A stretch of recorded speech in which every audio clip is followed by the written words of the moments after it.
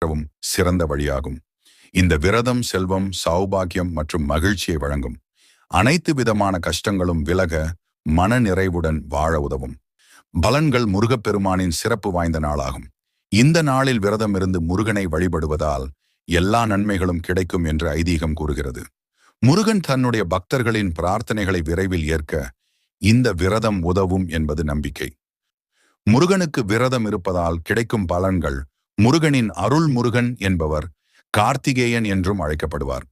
கார்த்திகை நட்சத்திரத்தில் தோன்றியவர் என்பதால் இந்த நாளில் முருகனை வழிபடுவது மிகவும் சிறப்பானது. இவ்வாறு வழிபடுவதால் முருகனின் அருள் நம்மீது பரிபூரணமாக பொழியும் என்று நம்பப்படுகிறது.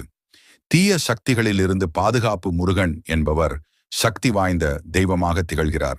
அவரை கிருத்திகை தினத்தன்று வழிபடும் போது தீய சக்திகள் விலகி நன்மை பெருகும். முருகனின் அருள் பெறுபவருக்கு எந்தவிதமான தீமையும்